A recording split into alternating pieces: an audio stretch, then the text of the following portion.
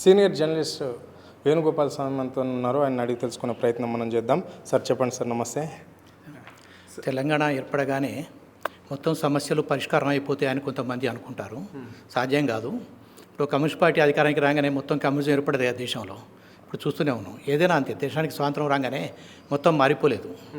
తెలంగాణ ఏర్పడిన తర్వాత కూడా మొత్తం ఇంకా అనేక రంగాల్లో మనం ఇప్పుడు నీళ్లు నిధులు ఇవన్నీ కూడా మనకు వస్తున్నాయి, మనం చేసుకుంటున్నాం.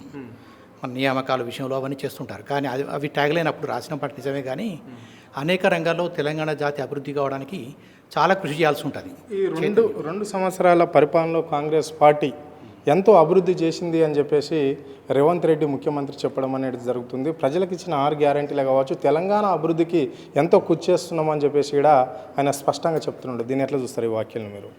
తెలంగాణ విషయంలో మనకు ఓపెన్గా కనిపిస్తూనే ఉంది. ఎవరి విగ్రహాలు పెడుతున్నారు, ఎవరికి నీళ్ల విషయంలో మనకు తెలంగాణ ప్రభుత్వం పోరాడినట్టుగా లేదు. అది ఇప్పుడు కాంగ్రెస్ ప్రభుత్వం అనేది 2 రకాలుగా ఉంటుంది. ఒకటి, ఇప్పుడు తెలంగాణ అది మొత్తం ఇండియానే ఒక ప్రాంతీయ శక్తుల సమాహారంగా రూపుదిద్దుకోవాల్సిన పరిస్థితుల్లో ఒక సెంట్రలైజేషన్ వైపు నడిపిస్తున్నాయి నేషనల్ పార్టీస్. కాంగ్రెస్ పార్టీ కూడా ప్రాంతీయ శక్తులకు కలుపుకొని పోయే పరిస్థితిలో కాంగ్రెస్ పార్టీ నేషనల్ లెవెల్లో కూడా లేదు. ప్రజల ఆకాంక్షలు, అన్ని ప్రాంతాల ప్రజల ఆకాంక్షలు తీర్చాలి అనే స్థితిలో ఎప్పుడూ లేదు కాంగ్రెస్ పార్టీ అనేది, ఇప్పుడు కూడా లేదు. పైగా ఈ కాంగ్రెస్ ప్రభుత్వానికి తెలంగాణ స్వభావం లేదనేది ముందు నుంచే మేము అందరం అనుకున్నది. అది తెలంగాణ స్వభావం లేదు ప్రభుత్వానికి. వాళ్ళ పరిమితులు, వాళ్ళ కారణాలు, ఇంకా చాలా విషయాలు మాట్లాడుకునేవి ఉంటాయి. కానీ దీని నుంచి మనం ఆశించడానికి ఏం లేదు. రైట్. ఇంత పరిణామం జరుగుతున్నా కానీ తెలంగాణలో విద్యావంతులు, మేధావులు, మేము అనుకున్నట్లనే చెప్పుకునే ఆ మేధాశక్తి ఎందుకు మరి నోరు మెరపడం లేదు? ఎందుకు కాంగ్రెస్ పార్టీని ఎంకరేజ్ చేస్తుంది? ఎందుకు వ్యతిరేకించడం లేకపోతుంది? అంటే ప్రజలు ఏమనుకోవాలి ఈ మౌనాన్ని? ఒకటి ఏంటంటే, వ్యతిరేకించడం అంటే కేవలం వీధుల మీదకి చల్లరి చేయడమే కాదు. తెలంగాణ ఉద్యమం అప్పుడు మనం చాలా నిర్మాణాత్మకంగా వ్యవహరించినాం. ఇప్పుడు కూడా ఒక ప్రజాప్రభుత్వం ఎన్నికైంది. అది ప్రజలు మళ్ళీ నెక్స్ట్ ఎలక్షన్స్లో తేలుస్తారు. ఈ విధంగా అయితే మన డిసెంట్ అనేది కేవలం అసెంబ్లీలోనో పార్లమెంట్లోనే ఉండదు. మనం బయట కూడా వ్యక్తం చేస్తాం ప్రజాస్వామ్యంలో.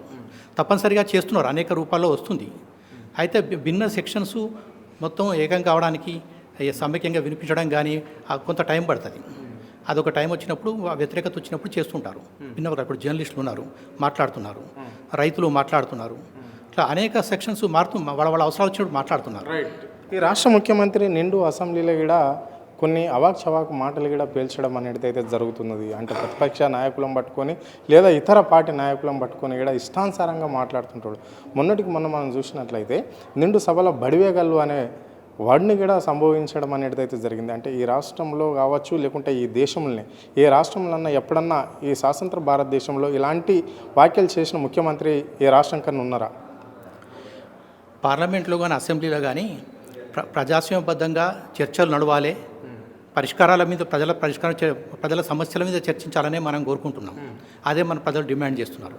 కానీ తిట్టుకోవడాలు, సమస్యను పక్కదో పట్టించడం వల్ల మనం ప్రజలు వ్యతిరేకించాల్సిందే. అది ప్రజలు ఒత్తిడి తెస్తారు, తేవాల్సిందే. చదువుకున్న వాళ్ళు కూడా, కొంచెం చైతన్యం ఉన్న వాళ్ళు కూడా ప్రశ్నించాల్సిందే. అవి ప్రజాస్వామ్యంలో చర్చలు అనేటి అసెంబ్లీలో ప్రజల సమస్యల మీద జరగాలి, బయట కానీ లోపల కానీ.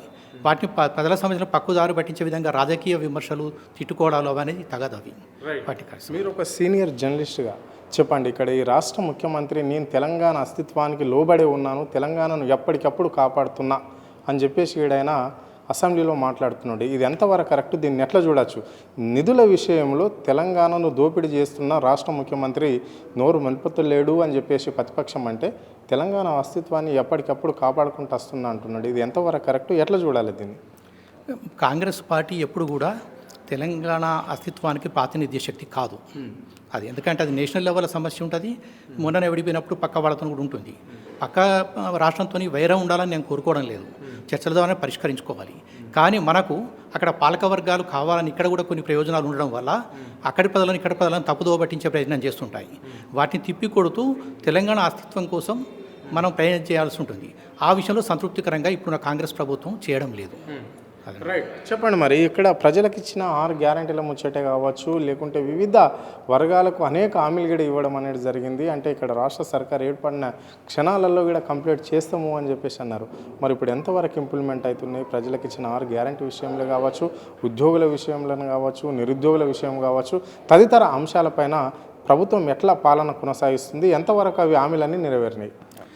ప్రజాస్వామ్యం ఎప్పుడు కానీ ప్రజల చైతన్యం మీద ఆధారపడి ఉంటుంది, ఎంత గొప్పగా ఉంటుంది అనేది. ప్రజలు చైతన్యవంతులను చేయడమే ఇప్పుడు చదువుకున్న వాళ్ళ పని. ప్రజలే చూసుకుంటారు ఆ విషయం. ఆ హామీలు అమలు కావడం లేదనే విషయం అందరూ అంగీకరించాల్సిన విషయమే.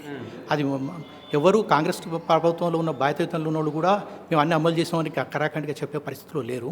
కాంగ్రెస్ పార్టీలో అనేక మంది చైతన్యం ఉన్నవాళ్ళు, కాంగ్రెస్ పార్టీలోనే తెలంగాణ స్పృహ ఉన్నవాళ్ళు కూడా వ్యతిరేకిస్తున్నారు ఈ విషయాన్ని. అయితే ఆ విషయం ప్రజలు చూసుకుంటారు. మనం ప్రజలే సమాధానం చెప్తారు. ఎందుకంటే ఇవాళ అమలు కాలేదు. అది అమలు అయితే కావాలని ముందే చూసుకోవాలి ప్రభుత్వం. ఇప్పుడు ఒక పార్టీ నాయకులు మనం అధికారానికి వచ్చే ముందు ఏ మేరకు అమలు చేయగలుగుతాం, ఏ మేరకు అమలు చేయలేము అనేది ముందే చూసుకోవాలి. తమ బాధ్యతగా ఉండాలి. అమలు తీరా హామీలు ఇచ్చి ఇప్పుడు అమలు చేయలేమని చెప్పంటే అని అసలు రాజకీయ నాయకుడు కానీ ఒక పరిపాలకులు కానీ పనికిరాని మాట. ఇంకోటి చాలా సెక్షన్లకు కూడా డబ్బులు ఇవ్వకుండా, రిటైర్ అయిన వాళ్ళకు బెనిఫిట్స్ ఇవ్వకుండా ఇట్లా చేయడం అనేది అది సమర్థనీయం కాదు. మీరు ఆర్థికంగా ఎట్లా చక్కదిద్దుతారో చక్కదిద్దుకోవాలి. అది వాళ్ళు చేయాల్సిన పని. పరిపాలకులు, ఒక ఆర్థిక మంత్రి, ముఖ్యమంత్రి, ఇక్కడ ప్రధానమంత్రి ఉంటారు కదా, ఎట్లా పరిపాలించాలి, ప్రజల సంక్షేమం కోసం ఎంత ఖర్చు పెట్టాలి, ఇవన్నీ కూడా కాంట్రాక్టర్లకు వాళ్ళకు వీళ్ళకు కాకుండా ప్రజల కోసం జాగ్రత్తగా పొదుపుగా ప్రవేశపెడితే అన్ని సమస్యలు తీరుతాయి. ఉన్న వనరులు ఎప్పుడు కూడా ప్రభుత్వం దగ్గర ఉన్న వనరులు ప్రజల సంక్షేమానికి సరిపోతాయి. సరిపోకపోవడం అనే సమస్య లేదు. సరిపోతలేవు అని ప్రభుత్వాలు చెప్తున్నారంటే ఆ డబ్బులు ఇంకా వేరే వాళ్ళ కోసం ఖర్చు పెట్టినట్లే, వేరే సెక్షన్స్ కోసం. అందులో అనుమానం లేదు. చివరిగా చెప్పండి సార్, అంటే ఈ జర్నలిస్టులకు ఇంతగానం పొగరు ఎందుకు అని చెప్పేసి కూడా గతంలో రాష్ట్ర ముఖ్యమంత్రి వ్యాఖ్యలు చేయడం అనేది జరిగింది. నేను వస్తే కాలు మీద కాలేసుకొని కూర్చుంటారా అన్నాడు.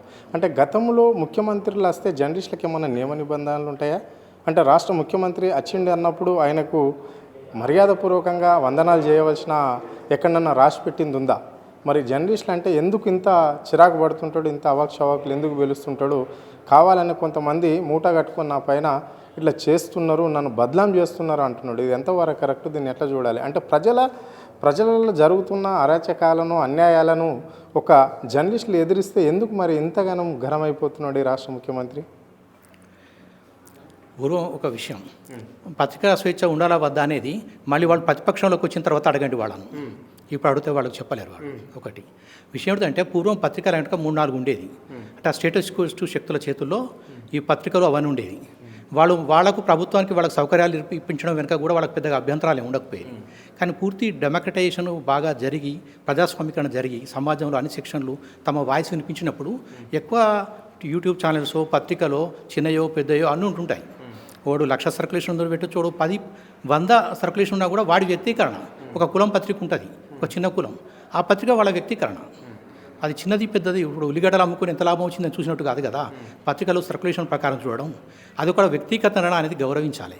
ఎక్కువ ఉంటాయి సమాజంలో. చైతన్యమైనా కొద్దీ, కాలం మారిన కొద్దీ, ప్రజాస్వామ్యం కింది స్థాయికి పోయినా కొద్దీ పత్రికలు ఎక్కువనే ఉంటాయి, అందరు ఎక్కువనే ఉంటారు. కూర్చుంటారు, ఎదురుగా కూర్చుంటారు. దాన్ని సహించడం అనేది అలవాటు చేసుకోవాలి. ప్రజలు అన్ని రకాలుగా కూర్చుంటారు, ఒక తిరిగి కూర్చోరు. నాకు ఎదురుగా కూడా కూర్చున్నారు. నేను కొన్ని ఒకసారి జర్నలిజం పాఠాలు చెప్తుంటే పిల్లలు కూర్చుంటారు.